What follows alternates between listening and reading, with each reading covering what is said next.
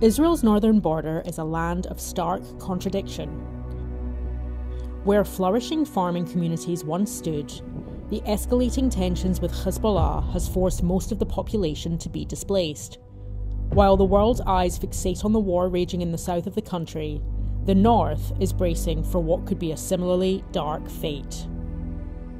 This is Sarit Zahavi, a lieutenant colonel in the IDF Reserves, as well as the founder and president of ALMA, a research and education centre that specialises in Israel's security challenges on its northern border. I met with her to grasp the full picture of the threat Hezbollah poses to the northern communities. 60,000 Israelis were evacuated pretty much at the beginning of the war because nobody could promise them that Hezbollah will not carry out the same invasion as Hamas had done. Mm-hmm. By the way, the plan that Hamas executed in the south was written by Hezbollah. Okay. Hezbollah published the same plan, same plan with all the details, including the idea of trapping civilians to become human shields. Right. How long before October 7th did they publish? A decade ago. نحو الآتي الفرقة الأولى تخترق نقطة الناقورة باتجاه الحدود وتجتازها نحو This video was broadcast by Al Mayadeen, a Lebanese news channel aligned with Iran and Hezbollah. In this news report, they explicitly detail a planned invasion of northern Israel that includes the use of human shields. There. IDF a few years ago found 6 border crossing tunnels of Hezbollah in an operation that was held inside Israel. IDF didn't cross to Lebanon to reveal the tunnels. This tunnel is about 1 kilometer long. Mm-hmm. It's about 80 meters deep. Everything you see, the stairs, the communication, the electricity, the trail, everything was made by Hezbollah. This is a Hezbollah video that is documenting the shooting of anti-tank missiles to the Israeli communities and hitting the homes inside the Israeli communities. Mm-hmm. And this is happening every day. Wow. Every day. So these are anti-tank missiles that cannot be intercepted by Iron Dome. Mm-hmm. We don't have alerts because it's direct shooting from short ranges, even though they can get to up to 10 kilometers. We feel that we are being hunted. Right. This is what we feel. If you go on the borderline... These are already evacuated homes. Evacuated homes. This is Metula, evacuated homes. But we had a few civilian casualties because you need to understand that these communities are provided by agriculture. Many of these communities are within shockingly close range of the border. So it's not even half a mile, it's just there. It's not half a mile. It's right. It's few feet. Yeah. Okay. Wow. Literally few feet. Yeah. And that's why it's so frightening, because you have zero time for alert, zero time to warn the people if there is an infiltration or an invasion. You don't have time to alert them. I want to show you something. This guy took photos of me. He just appeared from the bushes, out of the bushes, and he was wearing uniforms. He was wearing a mask, and I was in pretty much hidden place, but it was clear that he can see me. I was on the border. One of these days that everything was empty, and all of a sudden I saw them. They didn't come because of me. They were just there. This is a patrol of commanders, and this person is actually pointing at some stuff on the border, showing them the sector, actually, learning the area.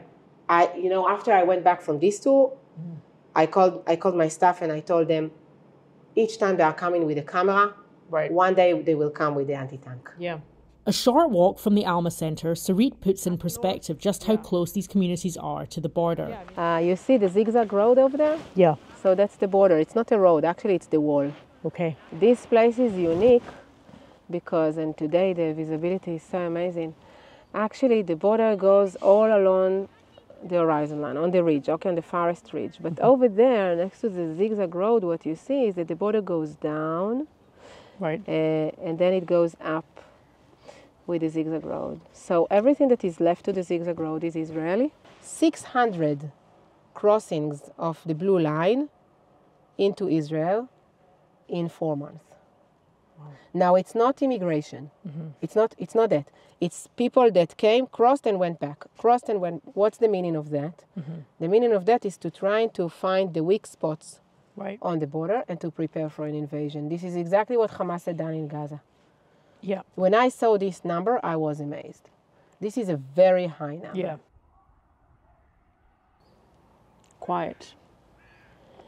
It is at the moment. the saddest thing that I ever saw is my beautiful galley empty. I went up north to an evacuated kibbutz called Mitsuba. There I met with Yuval, who was evacuated from his home nearly 5 months ago. So Lebanon. Mm-hmm. I don't know if you can see, but Lebanon is over there. just on the hill there. Yeah. Yeah. There is also a kibbutz, Hanita. I don't know if you heard the name. Yes. It's just on the border. Yeah. We are 2 kilometers, but Hanita is directly on the border. Also, obviously evacuated. How do you feel coming back here at the moment? Like even today, what's it like for you coming back into your home? And I was, I told the Sarit, I was very emotional, actually. To see the house again, I miss it. yeah, What can we do? Yeah. We're trying to do our best. yeah. Everyone trying to do his best. I wanted to gain a deeper perspective on the complexity of the conflict and how it all fits within the larger picture that is the Middle East. This is Avi Melamed, founder of Inside the Middle East Intelligence Perspectives, former IDF intelligence officer and expert on the Middle East. Big story of the Middle East.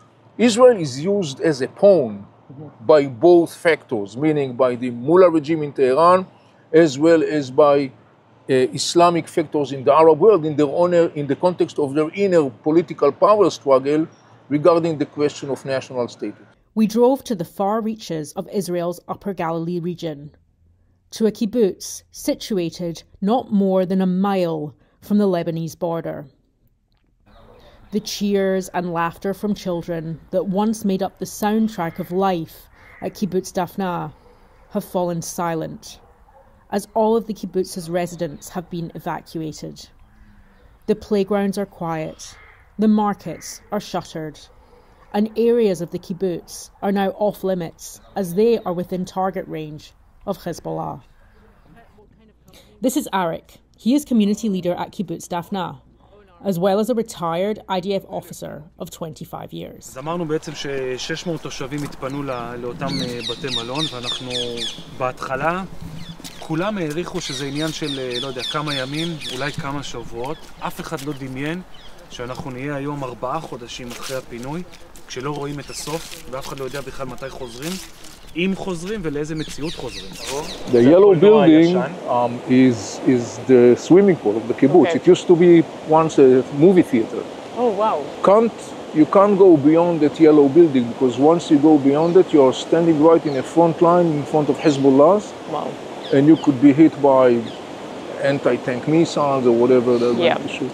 A family-owned pasta restaurant, a local yoga studio, a chocolate museum, a community watering hole where fluttering pride flags are a stark reminder of happier days before the evacuation. But what would you say to someone who comes from where I come from, who doesn't understand the reality here, who doesn't get that this is transferable? You know, the way of life here is exactly the same as the way of life there. What would you say about your life here and your right to be here to those people? בוא נגיד שאין לנו זכות להיות פה, אוקיי? זה עדיין מצדיק לשרוף אנשים חיים או לשרוף תינוקות או לאנוס נשים, ובגלל זה אני אומר, זה הרבה יותר מורכב ובטח לא פשטני. זה לא סכסוך טריטוריאלי, אתה מבין את זה לגמרי. זה סכסוך, לא סתם קוראים לחמאס אחרי 7 באוקטובר וגם לחיזבאללה התחלנו לקרוא להם ארגונים נאצים, כי אתה מבין שזה פשוט נאציזם. אין לזה מילה אחרת. על טריטוריה אפשר להתפשר. מדינות לאורך השנים ידעו לעשות הסכמי שלום. דרך אגב, ישראל עשתה את זה. היא החזירה לא מעט שטחים. היא החזירה את סיני, היא יצאה מרצועת עזה בשביל השלום. אני חושב שישראל לאורך השנים הוכיחה שהיא מדינה שוחרת שלום. אפשר להתווכח על זה, אבל בסוף יצאנו מלבנון וכן הלאה. זאת אומרת, אין פה איזה דרייב של ישראל לכבוש ולהיות איזה אימפריה או מעצמה קולוניאליסטית. אנחנו לא שם. וכשאתה משווה את זה רגע לאספירציות של הצד השני, אתה מבין שאנחנו בכלל לא משדרים על אותה ספירה. Arik says, like, you know, in the end of the day, you're looking at nothing that is less than existential fear.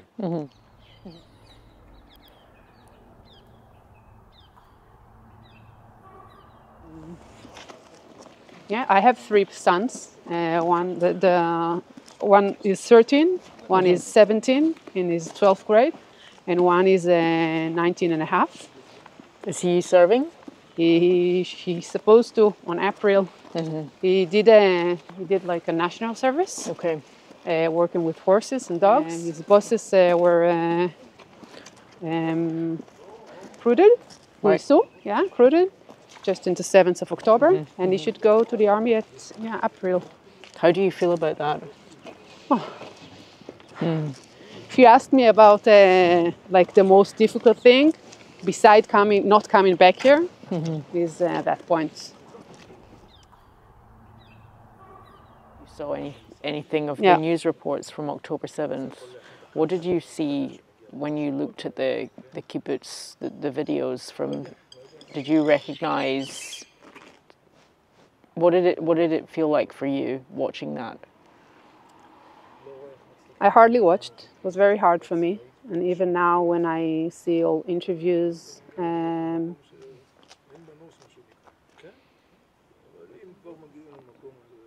I keep telling myself that it's true. Like I cannot imagine that it really happened. And every time when I go to Tel Aviv to the kidnapped square, and I speak with the families, so it comes again the understanding that it really happened, and mainly the stories of the women, which it's like I cannot imagine that it happened in my country. Like I don't know how people in the world. I know how people in the world think about Israel, but for me it's like a very safe place to live, very normal place to live, and to bring up children to. And the stories from there, it's like things that I heard about the Holocaust, like stories I heard from my grandparents, my grand-grandparents, but stories. Something that I had to imagine that really happened. I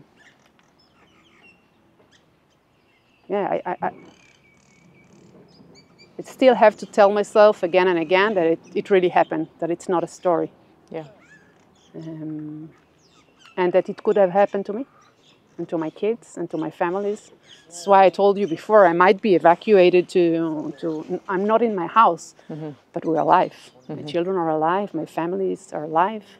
Right. So, and I just want to stop for a second and kind of look at this neighborhood and what we've just walked down, because I don't know if it's the weather and like the grey clouds and the looming threat of rain, but this looks very like some of the areas where I grew up in Glasgow. Today it does. I'm sure on a sunny day it would never. But today it does, and it's making me think about what it would feel like for me if I grew up where I grew up. And the most concerning things were a bunch of matters that had nothing to do with the potential of a mile down the road or up a hill being, resided by a vicious threat that didn't want me and my family and the people I went to school with and my teachers and everyone else to not exist in that place. One of the major concepts that we are dealing with is what we call the ring of fire. This is the Iranian master plan, how to basically eliminate the state of Israel through the use of conventional weapons. And the concept of ring of fire that the Iranians have been working and developing is to create this network of proxies, Hezbollah in Lebanon, Iranian-backed militias in Syria, Hamas and Islamic Jihad in Gaza Strip. They will circle around Israel's neck, and when the time comes, they will all simultaneously operate together to attack Israel as one, and from all different directions. So what we saw in October 7th was actually an example of the concept of unifying the arenas. It's called in Arabic unifying the arenas, Wahdat al-Sahat. And the concept was basically that when the day comes and there is this war, they are all going to be engaged in this war. But what happened on the ground was that Hamas launched that war, Islamic Jihad and Hamas launched that war from Gaza Strip on October 7th. Yet the other components of this ring of fire, meaning Hezbollah and other Iranian-backed militias, didn't really step in full scale into this war. In other words, Hamas and Islamic Jihad to a large extent find themselves alone, facing Israel military might. You can understand that for Hamas and Islamic Jihad, this is a cause for anger because they are very frustrated and disappointed with the fact that their colleagues did not join into the war. I believe that for Iran, it was very comfortable to sacrifice Hamas, to sacrifice Gaza, to sacrifice the Palestinians of Gaza, because what is the process that is happening now is that after Gaza was sacrificed, Iran can learn, Hezbollah can learn from the tactic level of how IDF is fighting in a foreign land, up to the strategic level of what's the relationship between Israel and the United States look like under these circumstances. And all this learning is to create another front. Mitzubah and Daphna are only two of the many communities along Israel's northern front that have had their populations' lives violently disrupted. And while war rages in the Gaza Strip, the displaced citizens of the north wonder when they will ever be able to return to their homes that are now the front lines of Israel's secondary front. These now desolate, mostly agricultural communities that dot the border with Lebanon are but a glimpse of what a full-scale war with Hezbollah would mean. And we should all be paying attention.